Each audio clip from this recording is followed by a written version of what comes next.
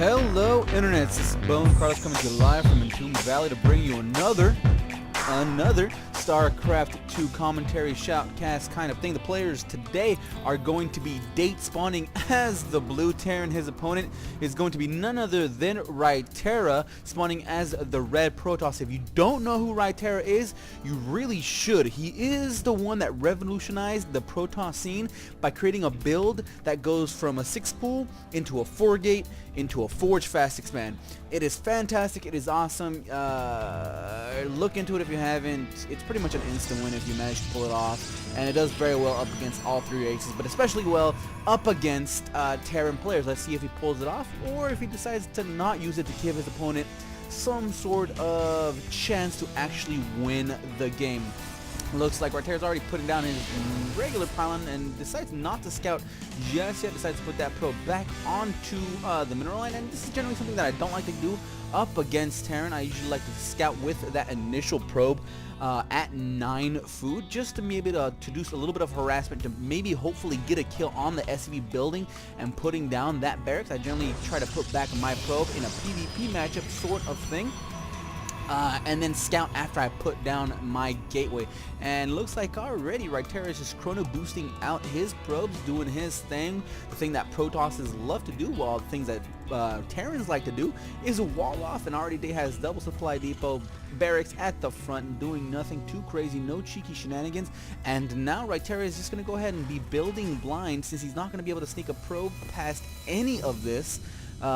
Any shape, way, or form. Even if you ask nicely, I found that even asking nicely for Terran to drop the supply depot so I could scout really doesn't work most of the time. Already putting down a second barracks, so double barracks by date, no refinery just yet on this Vespin geysers, and RyterA is actually going to go ahead and start scouting it. The supply depot is down. You could go ahead and too late now. All over. Date does spot that probe. Is going to go ahead and start nibbling away with his little drill bit, and going to go ahead and chase it around the map. Too late, RyterA, way too late. Looks like the SCV from Date is going to go ahead and meander into the base of RyterA, but he's already putting out his Zealot, putting down a second assimilator on that Vespin geyser with the Savernary Spore on the way, and a nice placement by that pylon. A little nice time by that pylon. He's not going to get supply blocked anytime soon, and looks like this probe is going to go ahead and head on back home to see what it can do. Zealot's already out, warped in and ready to just chase around these SCVs for quite some time. Date finally decides to pull on back, and 2 SCVs at the front of your base is kind of a little bit of a giveaway that your opponent isn't where he really should be, quote unquote.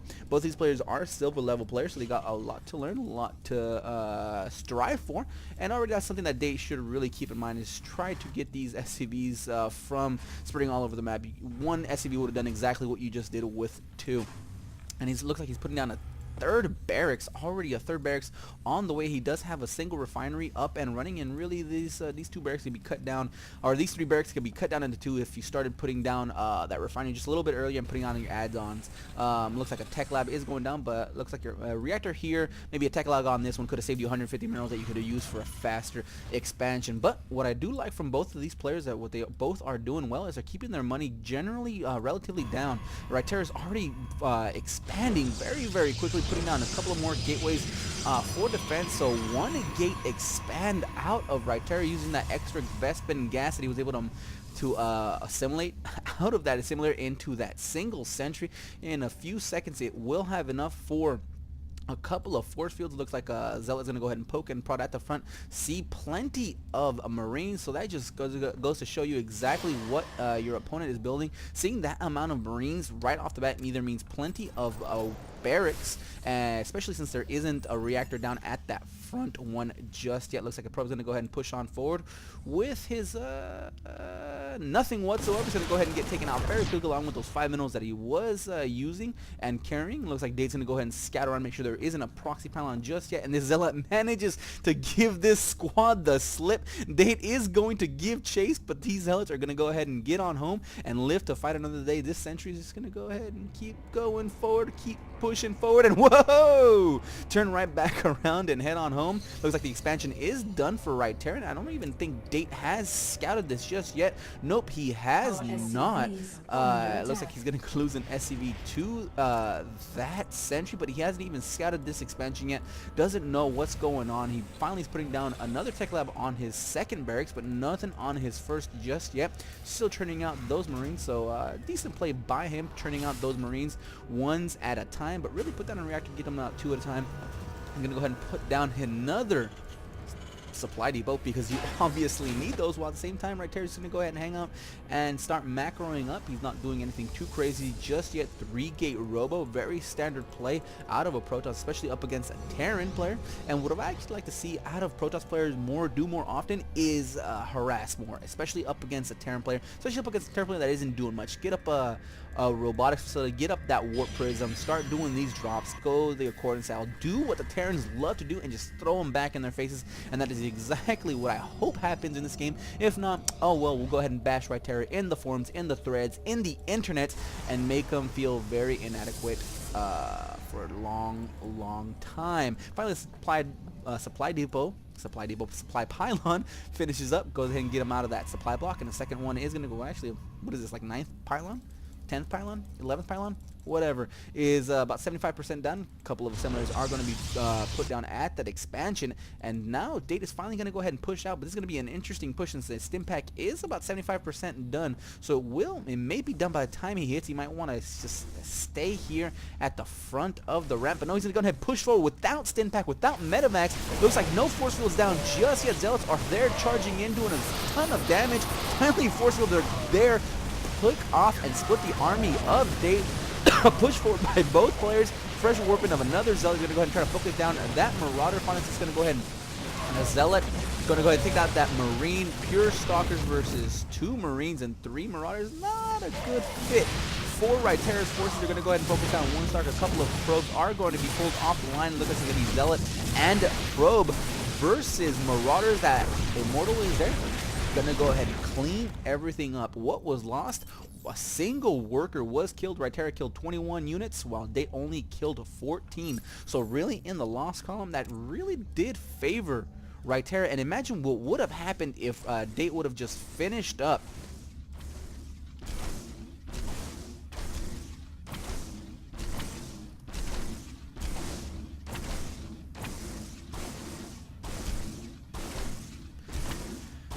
Okay. Imagine what would have happened if Date would have waited for that stim pack to finish, would have waited for that stim pack to get completed, get done, and he would have just stimmed all the way up the ramp, and it would have just decimated all of these Protoss forces that much quicker. And really would have made this this Immortal coming in at just the right time pretty much null and void. It would have gone down to heavy Marine fire, heavy Marauder fire, and that outcome could have been very different. And in fact, it could have been game at that point. Another Zealot's going to go ahead and cross the map, going to go ahead and sneak a peek at just a small amount of Terran forces by Date. Just pure Marines, pure Marauders just yet. Looks like his expansion is barely going down. Engineer is up and running. +1 attack, getting ready to get finished up, and another barracks is getting put down by Date, but that's really not the way you want to be going at the moment. And it looks like RyterA is going to go ahead and macro up yet again, put down his 3rd base, while his opponent is just finishing up his natural expansion, and he's floating plenty of minerals to be able to support that. And right now, Colossus Tech is finished up. So Colossus are going to be on the field quite soon. Double Forge upgrades are being produced out of RyterA, and a single Stalker 4 is patrolling the extremities of the map, making sure that there isn't any sort of medevac drop. But really, Starports isn't even on the way. Factory isn't even on the way either. So RyterA is firmly in the lead. Looking at the income tab, we see 56 harvesters by RyterA. He's going to go ahead and be supply blocked yet again, but really 116 over 102 versus 59 out of 70. Looks like 50% done on this Nexus, and this is just going to go ahead and turn into a very lopsided battle because RyterA is just going to go ahead and take his own Twilight Cancel, chrono boosting down that extended thermal lance of, I think this is the first Colossus that is being produced. And while at the same time, it looks like a single Zealot is just going to go ahead and sacrifice his life for ire. And right now, RyterA, I actually see him push forward, show a little bit of initiative, take this Xel'Naga tower, because right now you haven't really scouted much else. You do not know that this expansion is up. All you know really is that he has two supply depots and a single barracks, but not much can be said alongside a date area either. I mean, he hasn't even, it looks like he hasn't even scanned yet, so really scouting is key. Put down an observer, make sure you know what's going on, scout more aggressively, know exactly what your opponent is doing, and this is something that both players could actually learn and just you know, implement into their own play styles. Because if RyterA would have put down an observer, scout around the base, saw that there was nothing there, I mean, saw that the factory is just finishing up, saw that the starport is barely being produced, I mean, this is a field day for any Protoss player. I mean, yeah, they got +1 attack, yeah, they got stim pack done, but what does your army have? It already has 1-1 armor, 1-1 attack, 2-2 is on the way. You have a Colossi, you have Immortal, you have plenty of sentries, you got 4 sentries with plenty of energy to put down. It looks like 4, 8. And then another 4, so 12 force fields could easily split this army in half. Even if you miss and whiff a few of those force fields, and those Colossuses and those Zealots will just churn them up very, very easily. And that just goes back to just scouting and making sure you know what your opponent is doing, and something that you could really learn from really at all levels of play up until, I would say, high diamond, because at that point you pretty much know what you're kind of sort of doing. But both players at the moment are just kind of gearing up toward their perspective tech paths. Still, RyterA is supply blocked yet again at 150, but still 75 harvesters is exactly what you want. 25 harvesters, give or take per base, and really gives you a nice medium of army value and worker value from both ends. Looks like he's going to go ahead and put down his mass gateways, 1, 2, 3, 4 gateways alongside with a Templar archive. No chrono boost on these forge. Looks like, let's see how much energy is left on these next side. 50, 100, and 90. At the same time, looks like Date has 57, and looks like he doesn't have this into an orbital command just yet, but it feels like he's gonna go ahead and get ready with that single medevac. Decides this is enough. He's gonna go ahead and push forward and find himself the nice alley of attack that he wants, and this is exactly not the alley that he wants to fight. He's checking for a third expansion, but no, the expansion is on the wrong side. He's gonna go ahead and take down these assault blocks, and that's not what you want to do. 2 force fields could just completely break apart this entire Terran army. Let's see if RyterA is actually on par. Blink. It looks like stim does happen, but the force fields block the entire army of RyterA. Looks like Templar are trying to push forward. Feedback on that medevac. The medevac is destroyed. No more force fields, no guardian shields, and it looks like RyterA is just trying to be too cute, bouncing back and forth while the power of the Terran army finally gets out of that choke point and gets into the advantageous position for itself. But the numbers of RyterA are just too much. Colossi with 16 kills, this Immortal with 8, a couple of Zealots with a couple of kills between the two of them, and yeah, another heavy loss for Dave. He did exactly what he really didn't need to do. I mean, he attacked at a choke point. It would have been better to attack up this wide ramp to give himself more of a surface area, seeing as how a couple of force fields was able to block off. I mean, this would have been great if you would have scanned and saw your opponent's army here, being able to attack here and catching the Colossi off guard might have been exactly what you would want to do. But again, scouting, knowing that your opponent's army was right there, really not the place that you want to attack. But at the same time, RyterA feels comfortable. He's already floating 3k minerals, 400 gas. Going to go ahead and put down another Nexus. That gives them a total of 4. Psionic Storm is just about done, 75%. And finally, this command center is being turned into an orbital command.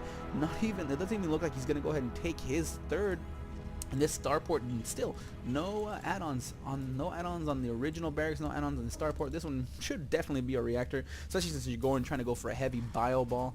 Looks like this barracks does have another tech lab, reactor, tech lab. So yeah, not too bad, not too shabby along Date's infrastructure. Just the timing is a little bit off. You want to have this sort of infrastructure about 7 minutes ago, and RyterA is just doing a-okay. His main is completely mined out. This single solitary soccer is still doing its lone walk in front of these 3 photon cannons, single probe. Just checking out the beauty of these pylons. Nothing too fancy on there. Looks like a nice saturation on the natural expansion. A couple of minerals are going to be depleted in a few seconds, while a great saturation on this third base. In fact, you could actually use to transfer some of these probes over here to start mining out of this Vespin geyser. And mass, holy gateways, 1, 2, 3, 4, 5, 6 more gateways are being put down by RyterA, but he definitely has the money in the bank to be able to support that.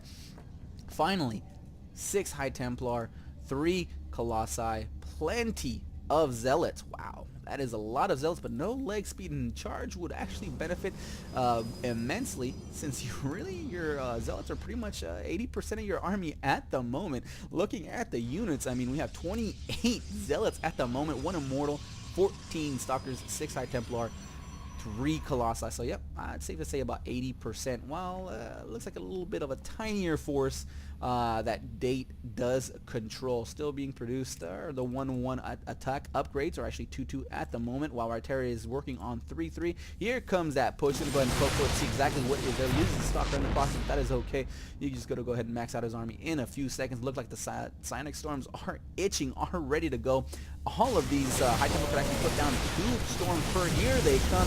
Psionic Storm, massive Psionic Storms. Looks like they just Stimpaks into them all. Focuses down, tanks all of that damage, and yeah, that was huge amounts of aggression by those Psionic Storms. Looks like again RyterA is just being a little bit too pushed forward with all of his High Templars. Gets out another nice Psionic Storm feedbacks on all of those Menavaks, but loses most of his High Templar, loses 5 High Templar in the process.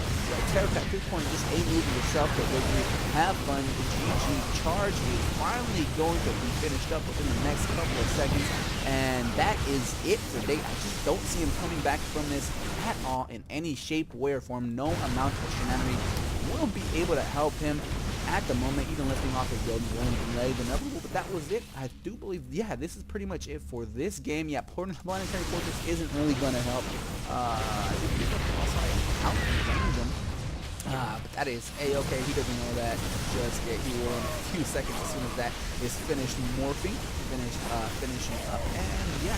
So that's pretty much it for this replay. I hope you guys enjoyed. If not, leave comments down below on what I could do to make these more enjoyable for you. If you got your own replay, go ahead and upload it to probably one of the major replay sites. Drop SC is pretty popular at the moment. Message me with that link, and I'll be more than happy to take care of it for you guys. That's it for this replay. I am out of here.